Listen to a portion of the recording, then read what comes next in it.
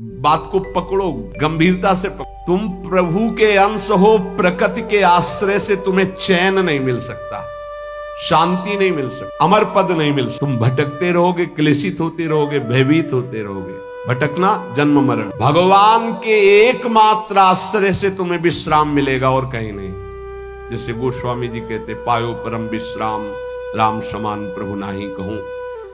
लेकिन कोई भगवान का आश्रय लेना नहीं चाहता, रुपया का आश्रय लेना चाहता है। वस्तु का बल, पद का बल, परिवार का बल, देह का बल, समाज का बल।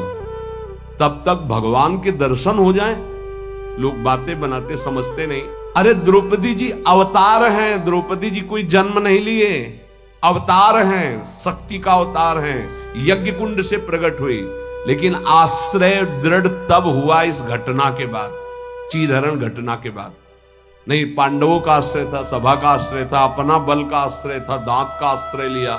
जब सब छूट गया तो गोविंद द्वारिकावास। ये चीज समझने कल कुछ संत भगवान आए थे, उनसे यही चर्चा हो। आश्रय तत्व पर दृष्टि रखो। कहां आश्रय तुम्हारा? अंदर से देखो, अभी भगवत प्राप्त हो जाओगे। बिगड़ी जन्म अनेक की अब ही सुधरे आज, आज अभी होई राम को। आश्रय राम का, आश्रय हरि का, आश्रय प्रभु का। किसका आश्रय? सूरदास जी महाराज कह रहे, अपबल, तपबल और बाहुबल, चौथो बल है दाम। किसका आश्रय इनमें से? अपना बल, तपस्या का बल, दाम का बल, विद्या का बल। किसका बल है? बोले सब बल कहां जागृत होता है? बोले हारे को हरे नाम। तो भगवान के आश्रित हो गया, नाम के आश्रित हो गया। ये जितने आश्रय ये टिकाऊ नहीं है, प्रत्युत ये तुम्हें भ्रमित करके तुम्हारे समय को नष्ट करने वाले हैं। जिसने धन का आश्रय ले लिया पतन है, शास्त्र कह रहा है। क्यों पतन? खूब बल आ जाता है अंदर। गलत आश्रय लिया ना धन का, अब वो मतवाला हो जाता है। शराब पीना, मांस खाना, व्यभिचार करना, ये उद्दंडता ही उद्दंडता आने लगती है। अब भगवत आश्रित और धन आ गया तो उसका धन दूसरी जगह जाता है, क्योंकि आश्रय सही है। अस्पताल खुलवा दिया, पौशाला, संत सेवा, गौशाला, नाना प्रकार की धार्मिक वृत्तियों के द्वारा दूसरों को सुख पहुंचाना। क्यों? क्योंकि आश्रय बढ़िया है। केवल धन का आश्रय है तो सब दोष आ जाते हैं। इतना ही नहीं, शुभ कर्मों का आश्रय बन जाता है, साधना का आश्रय बन जाता है। अपनी साधना, रोज परिक्रमा लगाता हूं, रोज ये करता हूं, ये करता हूं। देखो दिखाई दे रहा है भक्त, भगवान। भक्त का मतलब होता है भगवान का आश्रय। अब वो ये जो सत साधनाएं हैं, असत नहीं है, पर इनका जो आश्रय हो गया वो डायरेक्ट भगवान के आश्रय से। अब हमारी टांगे मजबूत हैं तो हम परिक्रमा लगा रहे हैं, कल टांग टूट गई तो आश्रय भगवान का, उनके आश्रय से भगवत प्राप्ति होगी, कोई इनके आश्रय से थोड़ी। लेकिन अगर वो आश्रय लिया है तो फिर लगेगा हमसे कोई साधना ही नहीं हो रही, आप असंतुष्ट हो जाएंगे। एकमात्र भगवान का आश्रय। तभी कह रहे बिगड़ी जन्म अनेक की अब ही सुधरे आज। अभी इसी क्षण सुधार हो जाएगा, अभी इसी क्षण बात बन जाएगी। अनेक जन्मों की बिगड़ी क्या? आश्रय केवल प्रभु का, मामुपाश्रिता। भगवत प्राप्ति की साधना का भी आश्रय नहीं। ध्यान दो, ये बड़ा सूक्ष्म। आश्रय केवल प्रियालाल का। साधना बन रही बढ़िया, कल साधना ना बने, ऐसे रोग हो जाए, ऐसी शरीर की स्थिति हो जाए, ऐसी मना स्थिति हो जाए तो हमें भगवत प्राप्ति नहीं होगी क्या? होगी। बोले क्यों होगी? तुमसे कोई साधन तो बनता नहीं। बोले हमने साधन का आश्रय नहीं लिया, हमने तो प्रिया जी का आश्रय लिया। सर्वेषु साधन वरेषु चिरम निराशा। बात समझना, ये आंतरिक है, आध्यात्मिक। भरोसा केवल प्रभु का, आश्रय केवल प्रभु का, इसी से भगवत प्राप्ति होती है। पूर्व में जब प्रथम बोलना शुरू हुआ था मुरारी से, उनसे यही आश्रय तत्व पर केवल चर्चा होती थी। आश्रय को समझिए। अगर आश्रय साधन का, तो भोग साधन का होता है। साधन सुख का भोग होता है, इसीलिए यह गुण साधनते नहीं। बड़ा सूक्ष्म।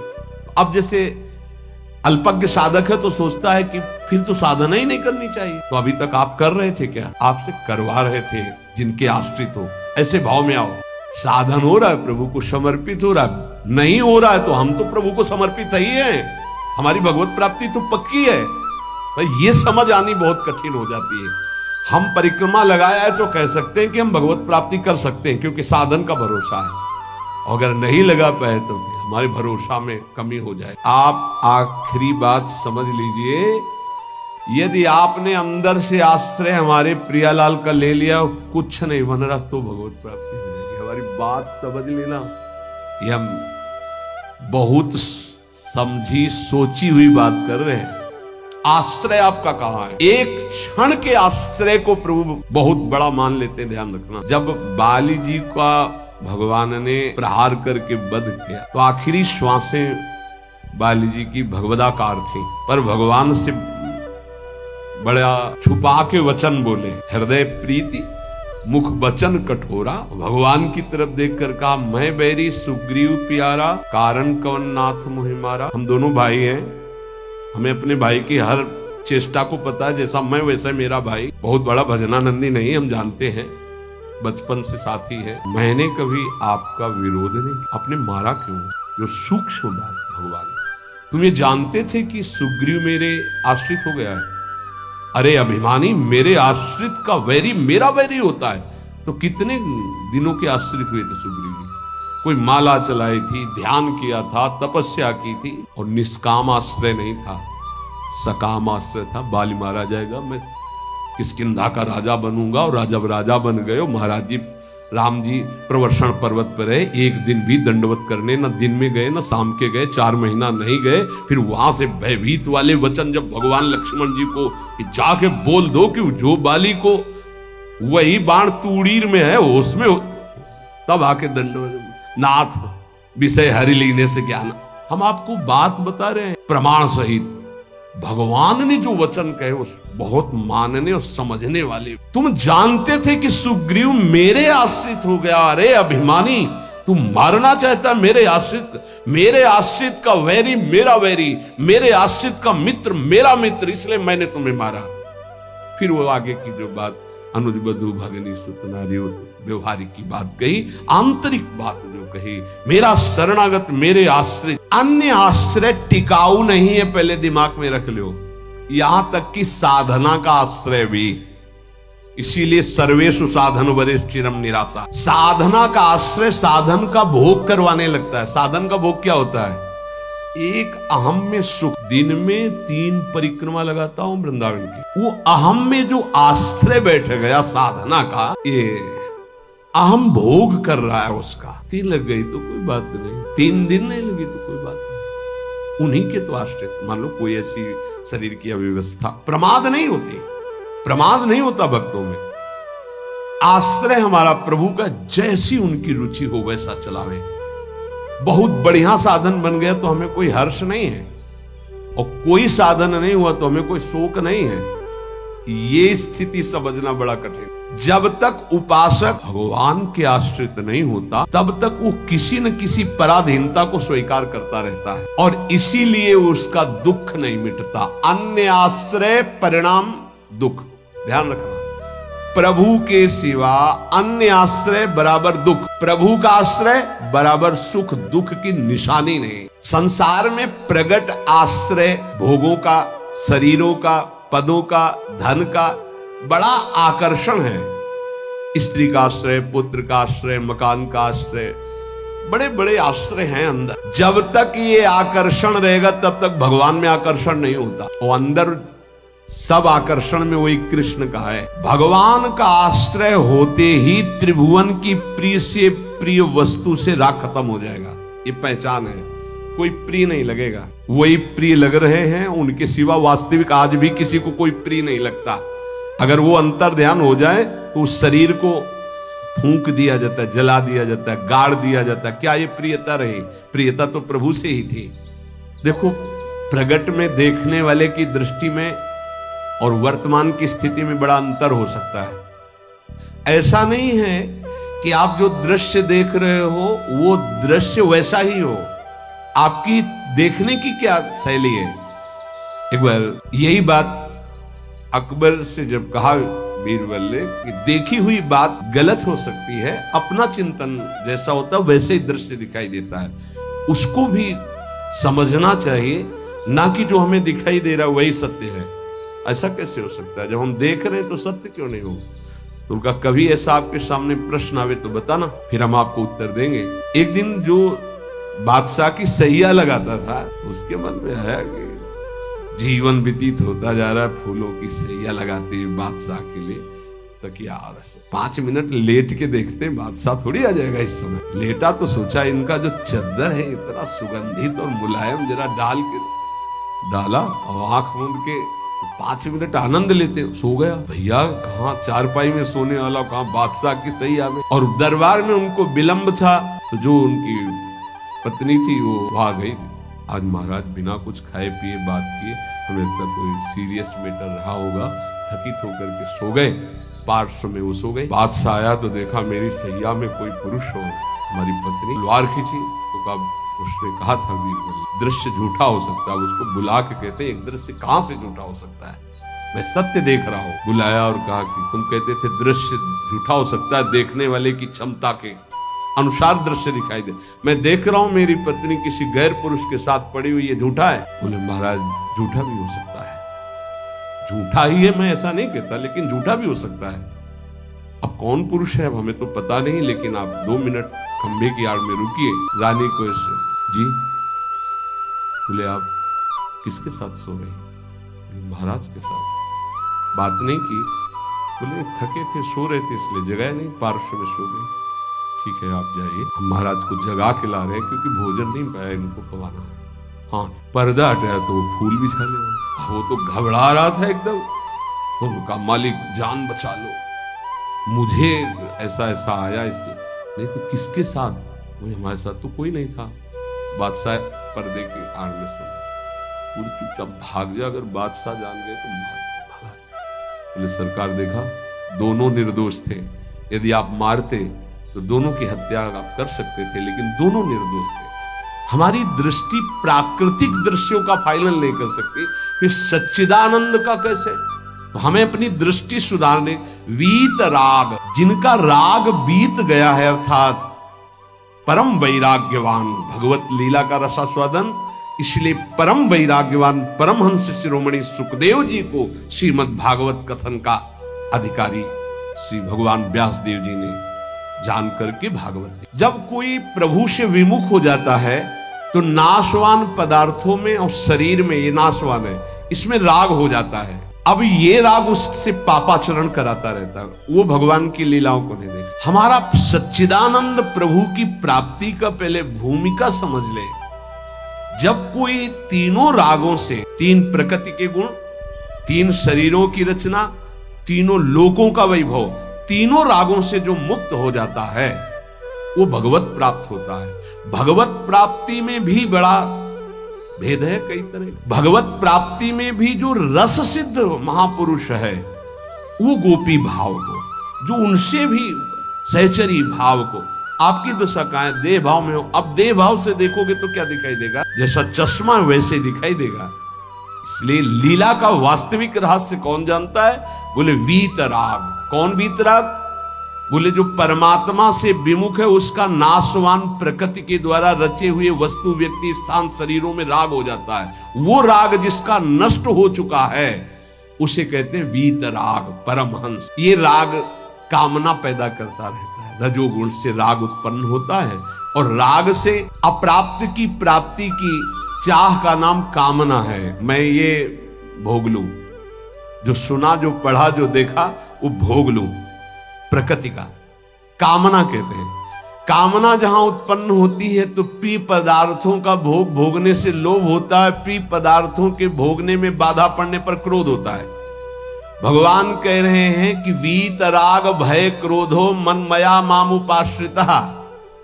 जिसका राग नष्ट हो चुका है और जिसका क्रोध नष्ट हो चुका है, क्रोधी नहीं और भय नहीं।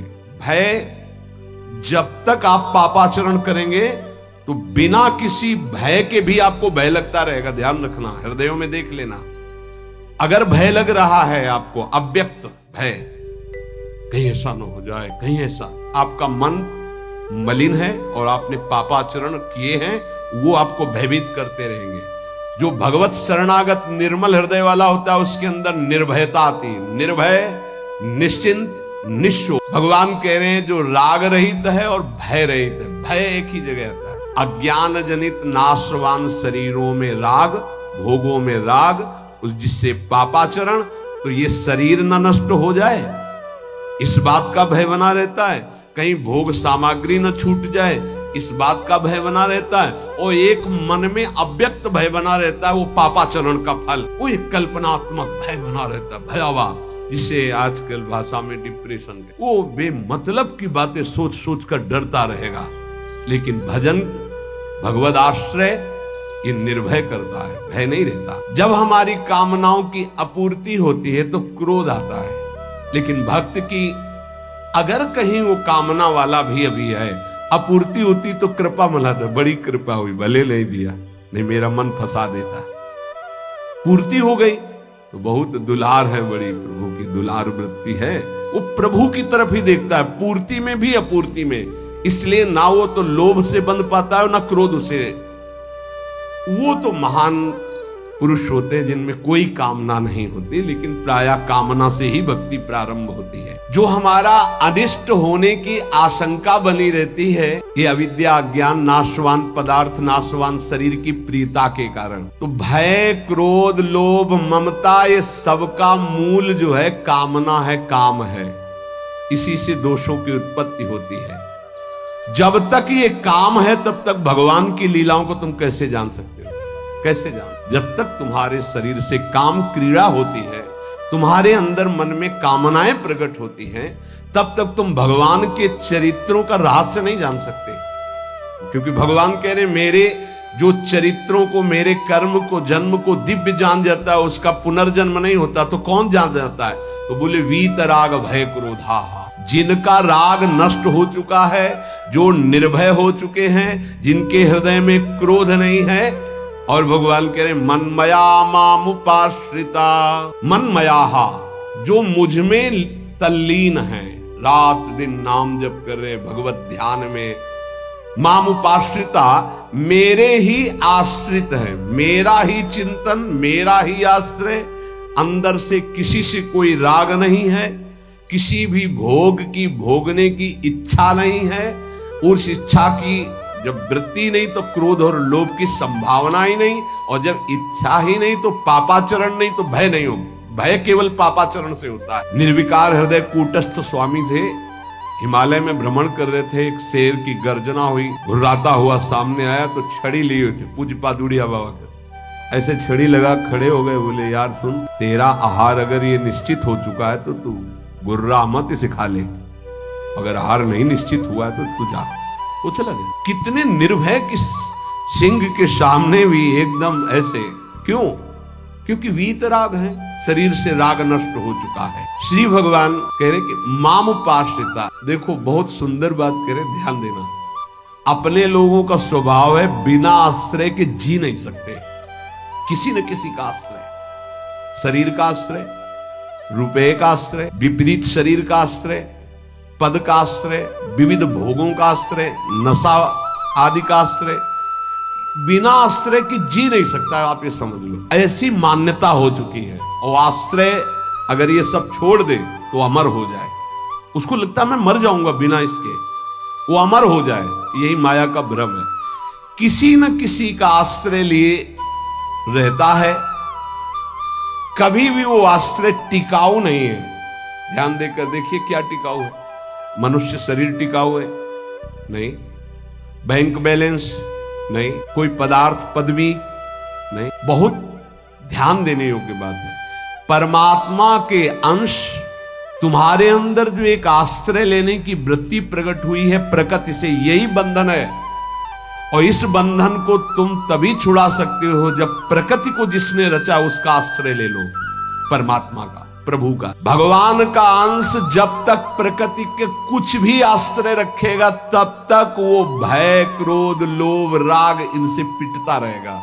चिंता, शोक, नाना प्रकार, वीत राग, बहुत सुंदर बात है। लीला का निर्विकार स्वरूप अनुभव देखो। अगर गोपी प्रेम में तनिक भी कोई ऐसी बात होती तो परमहंस श्री सुखदेव जी, जो लौटकर अपने पिता का मुख नहीं देखा, जब पुकार रहे थे, माता को तो देखा ही नहीं, वो भला ऐसे विलास को कभी गा सकते थे? विचार करो। बृहस्पति शिष्य उद्धव बंदे नंद ब्रज स्त्रीणाम पादरेणु भीक्षण सा, अंतिम समय स्तव का गायन करते। भीष्म जी उस समय गोपी जनों का चिंतन करते, भगवान की उस लीला विलास का।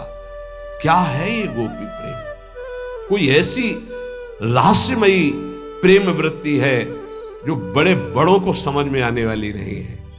इसलिए गायन करें। गायन से आप रास पंचाध्यायी के फलस्तुति को पढ़िए, उसमें लिखा है ये श्लोक, पुरामे अग्नि विक्रीडितम ब्रजबधू भीरदम च विष्णु, इस श्लोक में है कि जो श्री कृष्ण की इस रासलीला का जो गोपी जनों के साथ भगवान अद्भुत सुख वर्षा कर रहे हैं, इसका जो गायन करेगा, पाठ करेगा, वो हृदय रोग से रहित हो जाएगा।